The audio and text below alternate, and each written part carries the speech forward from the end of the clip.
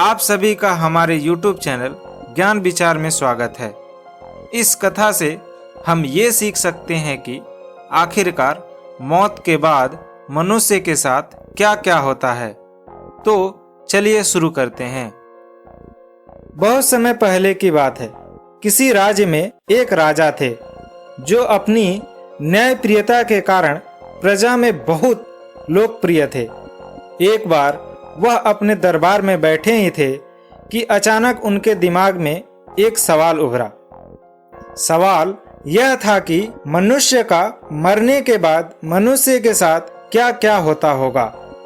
इस अज्ञात सवाल का उत्तर पाने के लिए राजा बहुत बेचैन हो गए। मरने के बाद क्या क्या होता है, इस सवाल का उत्तर पाने के लिए राजा ने अपने दरबार में सभी मंत्री आदि को बुलाया और एक सभा आयोजित की। और उस सभा का उद्देश्य मरने के बाद क्या होता है ये जानना था। सभी मंत्रियों और दरबारियों से मशवरा किया गया। सभी लोग राजा की इस जिज्ञासा भरी समस्या से चिंतित हो उठे। काफी देर सोचने विचारने के बाद राजा ने यह निर्णय लिया कि मेरे राज्य में सारे जगह यह ढिढोरा पिटवा दिया जाए कि जो आदमी कब्र में मुर्दे के समान लेटकर रात भर कब्र में मरने के बाद होने वाले सभी क्रियाओं का हवाला देगा तो उसे इनाम के रूप में 500 सोने की मोहरें भेंट दी जाएगी।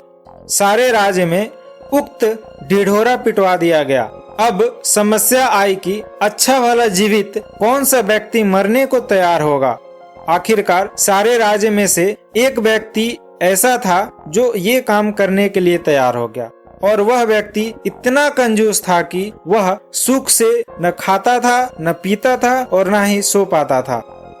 जब कंजूस घर से राज दरबार के तरफ जाने लगा तो रास्ते में एक फकीर ने उस कंजूस का पीछा किया और उससे कहा कि अब तो तुम मरने जा रहे हो, घर में तुम अकेले हो, इतना धन तुम्हारे घर में कैद पड़ा रहेगा, मुझे कुछ दे दो। कंजूस के बार बार मना करने पर भी फकीर ने कंजूस का पीछा नहीं छोड़ा और बार बार कुछ मांगने का रट लगाए रहा। कंजूस जब एकदम परेशान हो गया तो उसके पास एक गठरी था जिसमें बादाम के छिलके पड़े हुए थे। तो उस बादाम के छिलके में से कंजूस ने उस फकीर को एक मुट्ठी बादाम का छिलका दे दिया और राज दरबार के तरफ आगे बढ़ गया। तत्पश्चात उस कंजूस को राजा के समक्ष पेश किया गया। राजा ने सारी बात उस कंजूस को समझा दी। तब कंजूस राजा की बात खुशी खुशी मान ली और कब्र में रात भर लेटने को तैयार हो गया। राजा के आदेशानुसार उसके लिए बढ़िया फूलों से सुसज्जित अर्थी बनाई गई।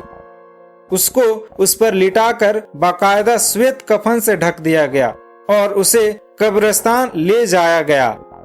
सारी विधि विधान किया गया जो मरने के बाद किया जाता है। उसके पश्चात कब्र खोदी गई और कंजूस को उसके गठरी के साथ कब्र में लिटा दिया गया और ऊपर से पूरी कब्र मिट्टी से बंद कर दी गई। बस एक छोटा सा छेद कंजूस के सर के तरफ इस आशा के साथ कर दिया गया कि वह कंजूस सांस लेता रहे और अगली सुबह राजा को मरने के बाद का पूरा हाल सुनाए। सभी लोग कंजूस को उस कब्र में लिटाकर घर चले आए। रात हुई।